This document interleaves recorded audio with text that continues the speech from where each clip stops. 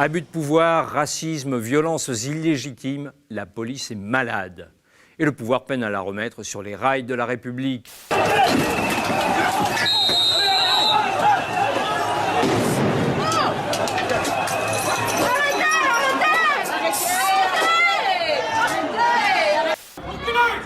Je suis journaliste, monsieur. Je suis journaliste. Je suis journaliste. T'as pas de carte. Je suis journaliste. Monte ta carte. Vous ne poussez pas, monsieur. Vous ne Monte touchez ta pas. carte.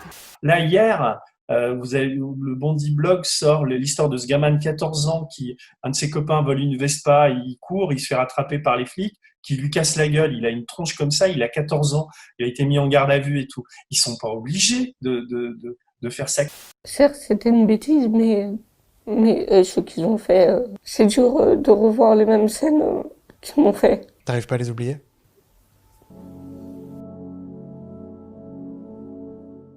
On a donc divers mouvements sociaux qui se découvrent une adversité commune, la violence d'un État au service du capital et son bras armé, la police. Dévoilée ce mardi, la contre-expertise commandée par la famille d'Adama Traoré affirme que c'est bien ce plaquage qui a causé le décès du jeune homme noir de 24 ans. Les gendarmes sont donc directement mis en cause, contrairement aux conclusions de l'expertise officielle rendue la semaine dernière. La police tente de disperser les manifestants de ce rassemblement interdit. Mais les affrontements se poursuivent. Il n'étonne pas la mairie du 17e arrondissement. Elle avait alerté les autorités.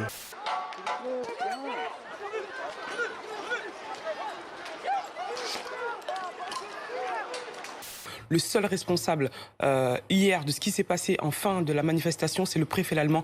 Il n'aurait pas dû envoyer la police face aux manifestants et mettre des projectiles. Didier s'est taillé une réputation d'Attila en casquette. Préfet impitoyable et autoritaire, très cassant avec les gens, fou comme un lapin. La rigidité fait homme, cynique, froid, père, tape dur, ayatollah. Un profil délicieux déjà connu pour sa purée de gilets jaunes à Bordeaux. Et quand même, Jean-Luc Mélenchon a attaqué Didier Lallemand, le préfet. Oui, bah lui, attendez, cet homme est un provocateur par ailleurs. Nous, on le connaît parce qu'à Bordeaux, quand il était préfet, le parlementaire Loïc Prudhomme, qui est un ami, s'est fait matraquer par des forces de l'ordre et le préfet n'a rien trouvé à redire que seulement... D'ailleurs, il n'a même pas envoyé un message à Loïc Prudhomme. Il y a d'autres endroits de Paris où malheureusement les consignes ne sont pas assez vite comprises. Vous me connaissez, je vais les faire comprendre assez vite si jamais les explications pourtant parfaitement claires du gouvernement n'étaient pas arrivées aux oreilles de tous. C'est un préfet très politique qui en plus s'est auto-caricaturé dans une vidéo qui a circulé où quand une dame l'interpellait le lendemain d'une manifestation, il lui a dit « Moi je suis pas dans le même camp que vous madame ». Oui, je suis gilet jaune. Il est interpellé par une habitante. Nous ne sommes pas dans le même camp, madame. Vous savez, moi je me suis toujours dit de quel côté on va pouvoir ranger ce préfet-là qui vient d'arriver, qui a remplacé M. Delpech, que je connaissais très bien par contre. Comment on va pouvoir le ranger? Est-ce qu'on va le ranger plus proche de l'étagère Papon ou est-ce qu'on va le ranger plus proche de l'étagère Grimaud? Bon, aujourd'hui, très franchement, il est plus proche du casque à pointe que de Confucius. Et encore, ça fait abstraction de la possibilité qui s'est vérifiée très fréquemment, ça a été démontré par la presse en France ces temps-ci, la possibilité que le tireur ait reçu des ordres illégaux, qu'il les ait reçus de manière plus ou moins formelle de la part de sa hiérarchie, du type ce qui a été dit aux forces de l'ordre après le 1er décembre 2018 pour les manifestations suivantes, à savoir impacter les manifestants, frapper les forts pour qu'ils ne reviennent pas, pour leur passer l'envie de revenir manifester. Ça aussi, c'est quelque chose que les armes non létales permettent finalement. 434, alinéa 18, emploi de la force. Le policier ou le gendarme emploie la force dans le cadre fixé par la loi seulement lorsque c'est nécessaire et de façon proportionnée au but à atteindre ou à la gravité de la menace selon le cas. Il ne fait usage des armes qu'en cas d'absolue nécessité et dans le cadre des dispositions législatives applicables à son propre statut. Mais ce qu'on constate, c'est que si on prend les armes non létales, si on compare le recours en 2009 à celui de 2018, eh ben, on a une multiplication de 9 fois du recours aux armes non létales, ce qui fait en 2018 un total de plus de 30 000 tirs sur des civils. Eh bien, ici, nous avons le même problème, c'est-à-dire qu'en fait, nous avons des forces de l'ordre, des militaires, qui ont cessé d'être les garants des lois de la République et de la démocratie, pour se mettre au service, finalement, du gouvernement y compris quand celui-ci donne des ordres qui sont illégaux et contre lesquels, ou en tout cas, au moins, et plus important encore, des ordres complètement illégitimes. C'est-à-dire que même s'il requiert parfois un intérêt légal et qu'ils demeurent légaux, eh bien ils sont pour autant illégitimes. C'est pas, s'il vous plaît monsieur, auriez-vous bien l'obligeance de bien vouloir vous reculer de quelques pas. Non, c'est recule. Pour ou contre Camélia Jordana? Depuis la diffusion vendredi dernier de l'échange vif entre la chanteuse et l'écrivain Philippe Besson sur le plateau d'On n'est pas couché, la France est coupée en deux. Je veux dire, ils font ce qu'on leur demande et par ailleurs, ils sont extrêmement mal payés eux aussi pour faire ce qu'on leur demande. Ils obéissent aux ordres. Donc on peut contester les ordres. Mais les flics Moi, je parle pas des manifestants, je parle des hommes et des femmes qui vont travailler tous les matins en banlieue et qui se font massacrer pour nulle autre raison que leur couleur de peau. C'est un fait. Il y a des milliers de personnes qui ne se sentent pas en sécurité face à un flic et j'en fais partie. C'est pas nager, Pico comme ça, lâche pas. Ça va être cool. T'aurais dû accrocher un boulet au pied.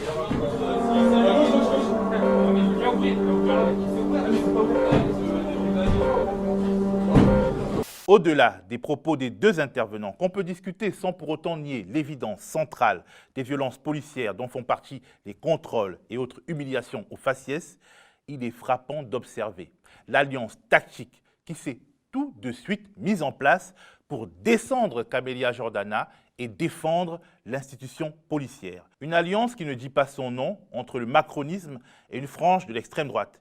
Et cette jonction se fait via des syndicats de police qui se radicalisent chaque jour un peu plus.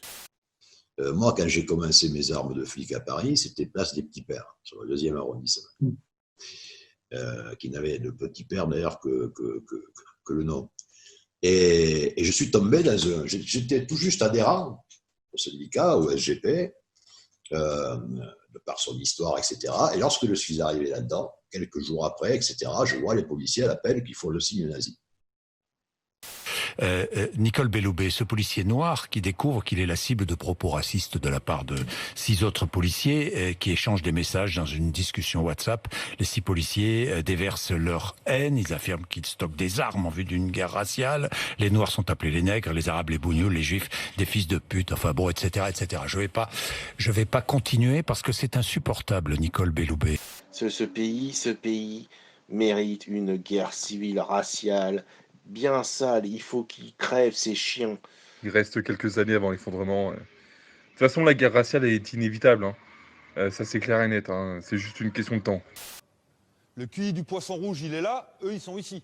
Je pense que le paramètre qui a changé aujourd'hui, c'est l'extrême droitisation de la hiérarchie policière, en fait. Bon, de toute façon, Macron leur a signé un chèque en blanc. Quand il y a eu l'attentat de la préfecture de police, il a parlé de ces petits riens qui débouchent sur des drames.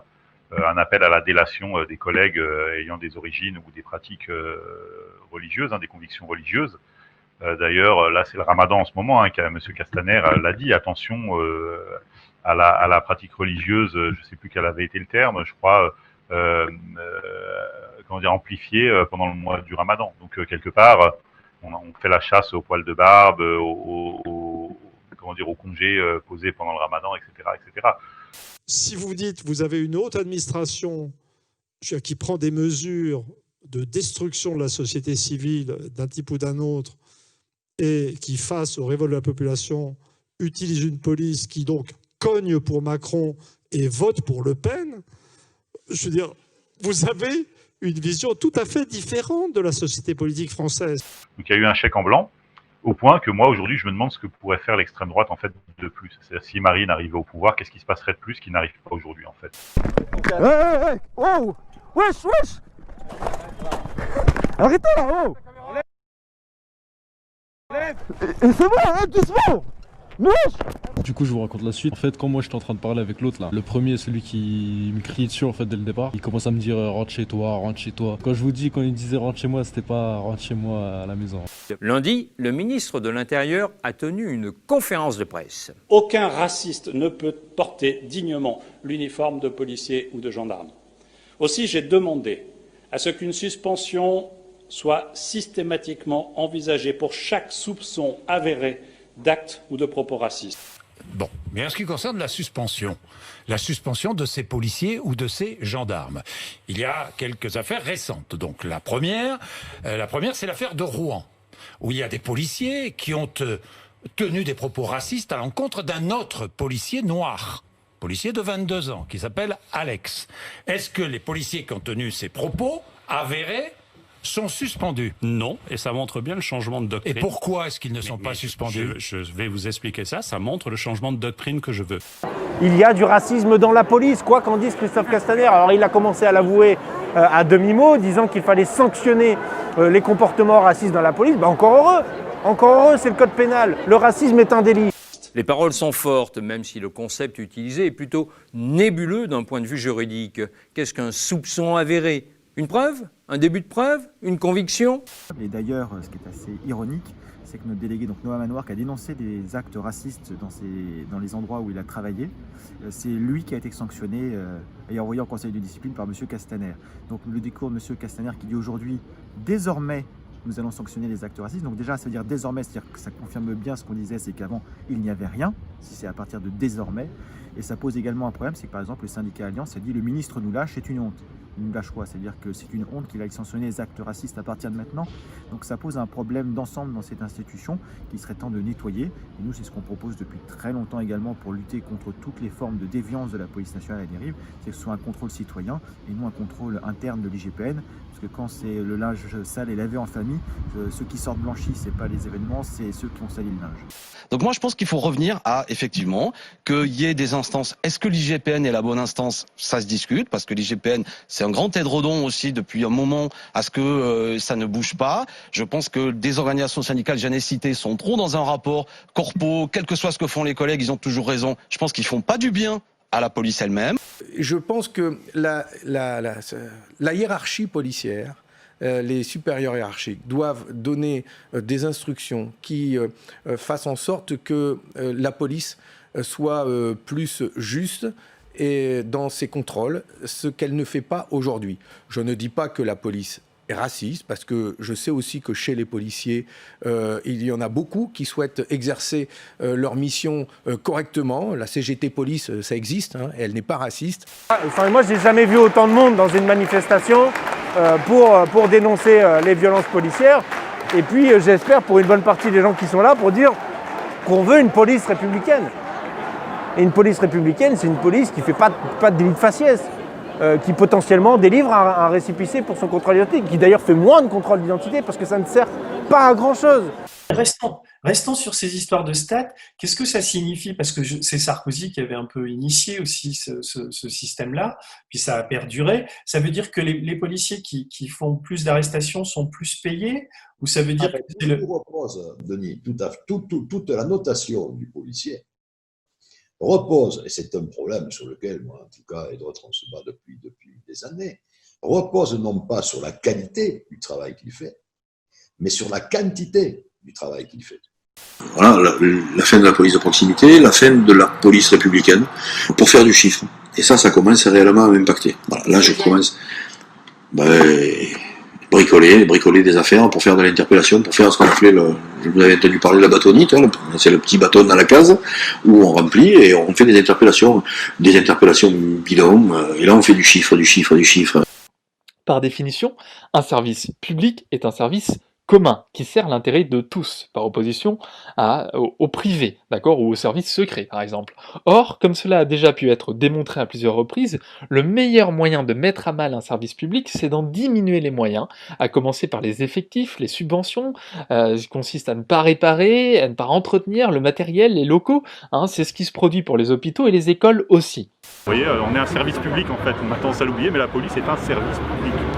Pendant très longtemps, on a essayé d'organiser des débats entre la police, les jeunes. Au moment de la suppression de la police de proximité, je fais partie de ceux qui ont lancé une pétition pour rétablir une autre vision de la police que celle qui est là juste pour faire de la répression. Parce que la plupart des gens, ils aiment avoir une police républicaine. Et j'en ai assez qu'on les appelle les forces de l'ordre. J'appelle ça, moi, les gardiens de la paix.